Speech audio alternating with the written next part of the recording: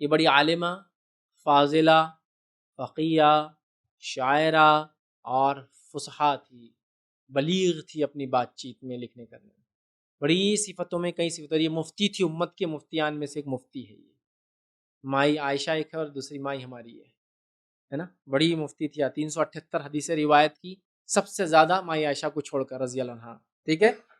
اس کے علاوہ جو ہے آپ کا شمار فقیہ صحابیات میں ہوتا تھا. آپ ان لوگوں میں شمار ہوتی جو فتویٰ نبی اکرم صلی اللہ علیہ وسلم بات دیا کرتے تھے.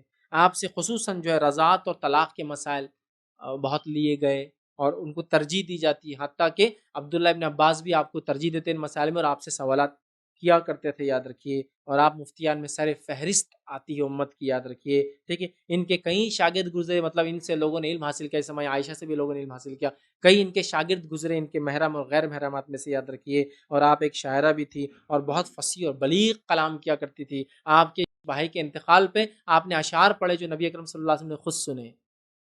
اور ایک مرتبہ جب سنے تو کہا پیارے بھائی کیوں کہا تم نے اشعار میں؟ تم یہ کہتے کہ عبداللہ، اس کا نام عبداللہ تھا نا، انہوں نے اپنے اشعار میں کیا کہتا؟ اے میرے پیارے بھائی. مطلب کچھ انتقال کر گئے تھے تو مرثیہ لکھتے نا، غم کے کچھ اشعار، تو انہوں نے غم کے اشعار لکھے تھے. تو اس میں کہتا اے پیارے بھائی. تو اللہ کے رسول صلی اللہ علیہ وسلم فرمایا نام لے لیتی تم اپنے بھائی کا، اس کا نام عبداللہ تھا. پیارے بھائی بولنے کی کیا ضرورت ہے، پرٹیکولر کر دیتی عبداللہ بن فلاں، تو معلوم بھی ہوتا کہ فلاں. نبی اکرم صلی اللہ علیہ وسلم، یاد رکھیے، ویسے شاعر نہیں تھے.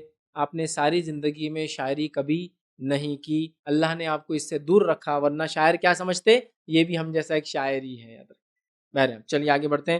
تو آپ شاعرہ تھی، فصحا، بلاغت تھی آپ کی زبان کے اندر، اور بڑی آپ اس معاملے میں ماہر تھی. آپ کے اشعار بھی ہے، کبھی آپ چاہے تو ام سلمہ نے جو اشعار لکھے وہ بھی ملتے کتابوں میں، آپ پڑھیں جن کو شوق ہے. چونکہ وہ ظاہر سے عربی میں، اردو ترجمہ پڑھ کے بھی کچھ فائدہ ہونے والا تو ہے نہیں، اس لیے میں نے کوئی بھی ایسے اشعار ان کے لیے نہیں. اور کبھی میں نے کسی سیرت میں بھی نہیں لیا. حضرت عائشہ نے بھی اشعار پڑھے، قصیدے پڑھے، لیکن وہ بول کے کیا فائدہ، وہ ترجمے ہے، اور ترجمے میں وہ مزہ تو کبھی آ ہی نہیں سکتا، اس لیے کہ وہ تو لنگوسٹک ہے نا، لینگویج. اب انگلش کا کوئی پویم ہو اور اب میں اردو میں ترجمہ کروں تو وہ چیز نہیں ہو پاتی. تو بس وہی ہوتا ہے، شاعری بھی تو ظاہر سے ایسی ہے. بہرحال تو آپ شاعرہ تھی. آپ نے